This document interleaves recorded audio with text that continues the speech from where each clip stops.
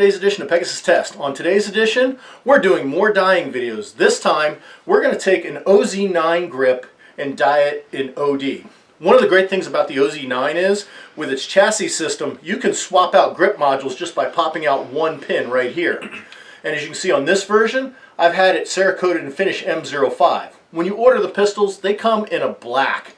And you also have the option of getting a flat dark earth or a stealth gray frame.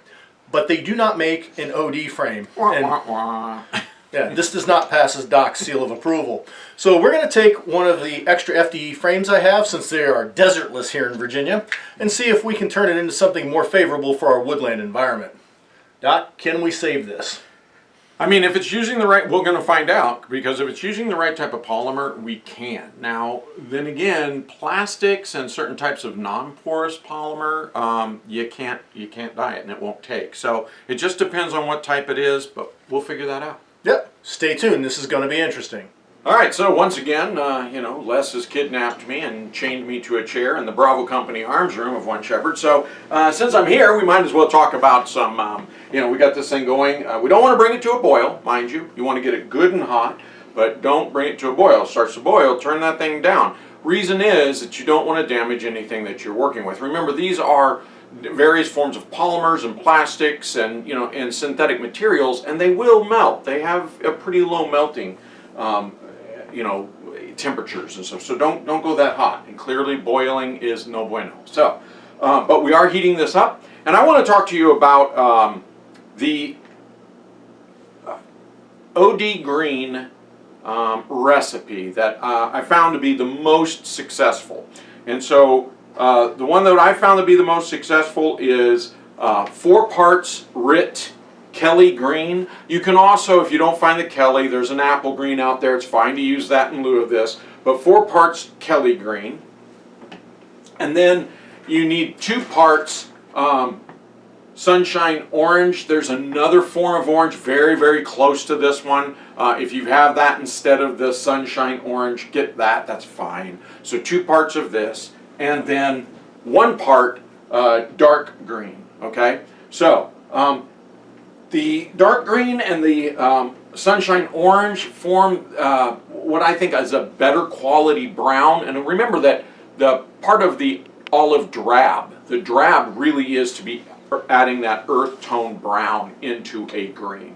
And that's what makes it olive drab versus simply olive. Because frankly, this is olive.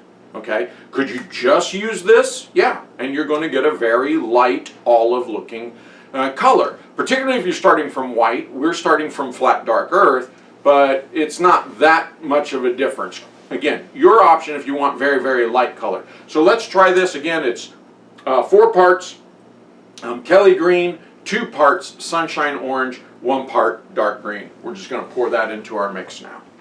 All right, so we're at the temperature we want, not boiling, and we've mixed up our recipe.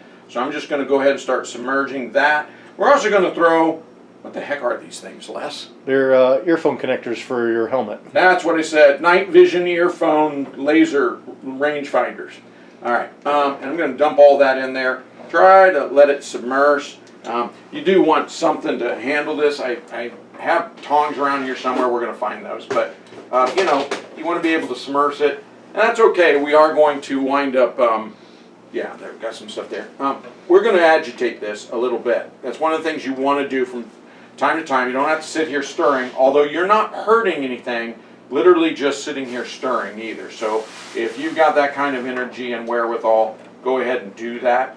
And you'll notice you can do this right on your home kitchen. There are some caustic chemicals here involved, but there's not noxious smells or anything like that, just in case you're curious. Could you do this at home? Could you do it on a kitchen? I would recommend an electric range rather than a gas, but I'm sure you can make gas work too. You'll see that we're using a El Cheapo Oyster hot, brand hot plate.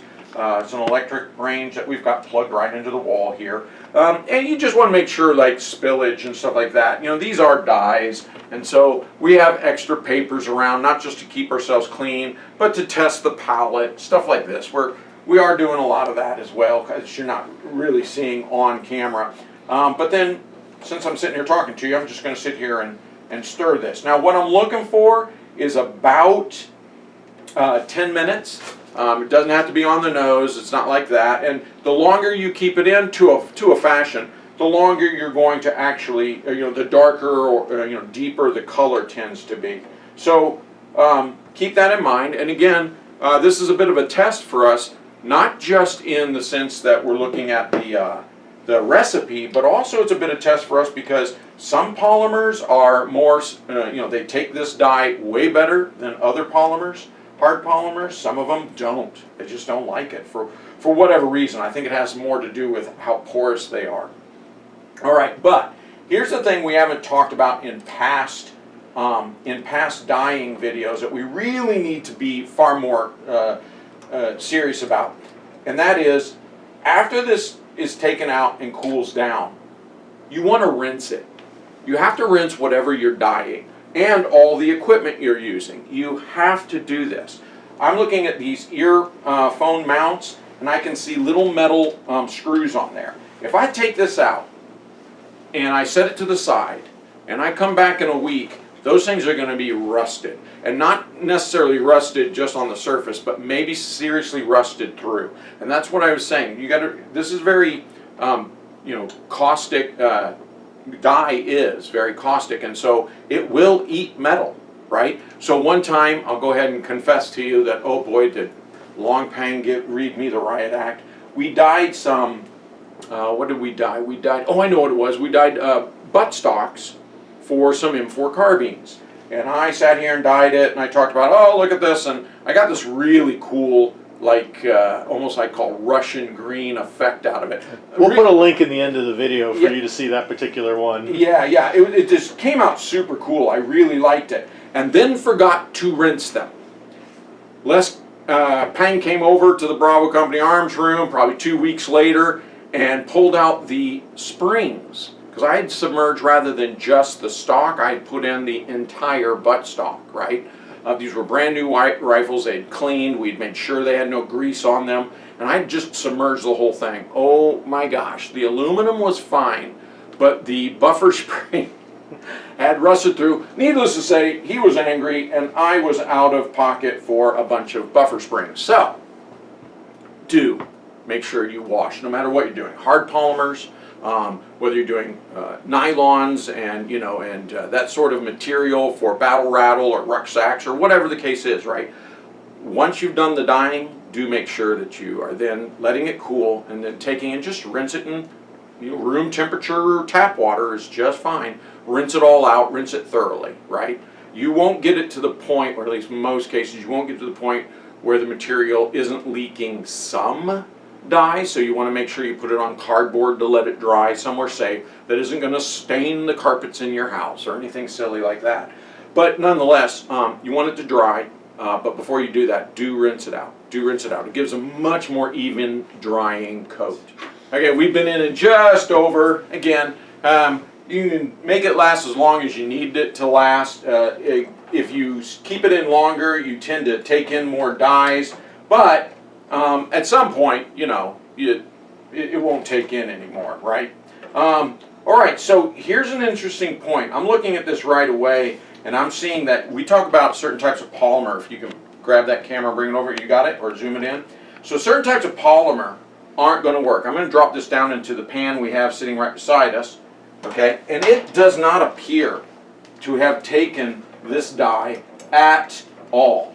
Like you can see, this is the color it went in, and it went in flat dark earth, and it appears to have stayed flat dark earth. Whereas, you look at this, and you can clearly see this has taken a completely new, just a completely new color. So, as a matter of fact, I'm going to leave this in just for a few more minutes, because I want to see if I can get it a little darker, and we'll come back. All right, so very, very interesting outcome. First thing you're going to notice is that the ear frames, the hearing protection frames for your helmet, did not change color at all. In fact, the only place did is they've got this rubber disc here, and you can see it kind of changed a little bit. But the rest of it just had zero change. It is still FDE. It went in, It came out FDE. And my rationale for that is that the chemical composition of this polymer is probably different, and or it has a less porous surface, and or it's a harder material in some kind of casting. So any combination of those things, I want to point out that not everything can be dyed. Just because it's polymer, it won't necessarily take, okay? So RIT dyes are very good at a lot of stuff, but certain types of plastics, they're not going to work on. Now, what we had come out of here is just fantastic.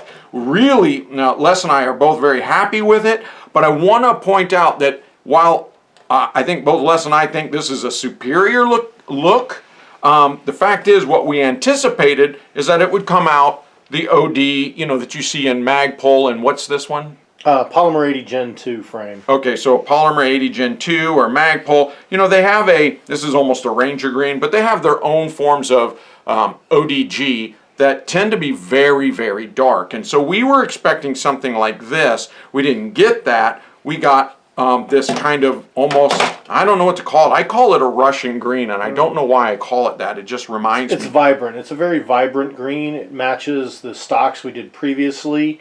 Overall, I'm very satisfied with how that came out, especially where the grip is textured with the stippling. That seemed to absorb the dye a little differently, a little thicker. Yep. So there's almost a bit of a camouflage pattern we got out of this without even trying for it. Right. So if you will hand me the M4 carbine. So more than a year ago, different batch completely, but sitting right here, we came up with this. And you can see that this is remarkably similar. So that's the same recipe that I just showed you, yet it's not coming out the way I thought it would come out, the way that it has come out for me on nylon battle rattle, rucksacks and web gear and stuff. It's coming out to a more vibrant green that looks, frankly, that in our experience out there in One Shepherd and everything else, frankly is a better camouflage. It's actually working better as a camouflage than the industry standard. But that said, I'm going to hand this back to Les. I want to point out that if you want to try and get to this industry standard, what you probably want to do, remember I said it was 2 parts sunshine orange and 1 part dark green. I would encourage you to do at least 2 parts this, and you may actually want to invert it. You may want to do 2 parts dark green and 1 part sunshine orange. And I think if you do that, you're going to see a better color here. Now, a lot of people will say, oh, no, hey, Doc, what you really want to do is you want to use a brown, RIT brown. And so I have. Les and I have both had several experiences with this, both on polymers as well as on nylon rucksacks and fighting load and stuff like this. The problem is, the story I'll tell you is, one time years and years ago, I could get the Kelly green, but they were just no store had the sunshine orange or the dark green. And so what I did was I used 4 parts Kelly, 1 part dark brown, and I did a Philby rucksack. That Philby rucksack came out brown. There was no green in it. Okay, and I did a second Philby rucksack. I waited, then got the proper recipe that I showed you here, and it came out just this fantastic OD green that I loved. I mean, it was just like, yeah, that looks so U.S. military. You'd think you were looking at an Alice rucksack. But when I used any brown, this was just horrific. So there's another story there. Fast forward about 8 years, and I've got these polymer, they're like Magpul light, but they are not Magpuls. But they were flat dark earth, and they are rear flip up, back up sights. Yes. And so I use, having been bitten by this, I was like, no, I'm not using 1 to 4. I'm going to use like 1 part to 8 parts. Even using that diluted, those polymer rear sights came out solid dark brown. So I don't know what oil is in here, but it grabs on, holds on, and dominates everything else. And I would not recommend using this to try to get to an olive. Even though you would do that in, say, light sources or paint pigments, it doesn't seem to work with your dyes, and I don't know why. Full caveat. we found out, Les and I, that RIT also makes a synthetic line. Okay, so this is synthetic chocolate brown versus non-synthetic dark brown. This can be used on cotton, wool, nylon, and more.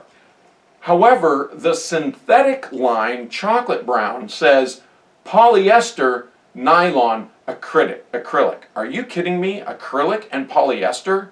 Because this won't take to that at all. It'll just, those materials will ignore this. This one claims it'll do it. So if that's true, maybe this will give you the effect that you want. We haven't been brave enough to try yet. So I would say if you want to go with a more Magpul looking dark green, I would invert the sunshine orange and the dark green in this recipe. Okay, cool. Thanks for joining us.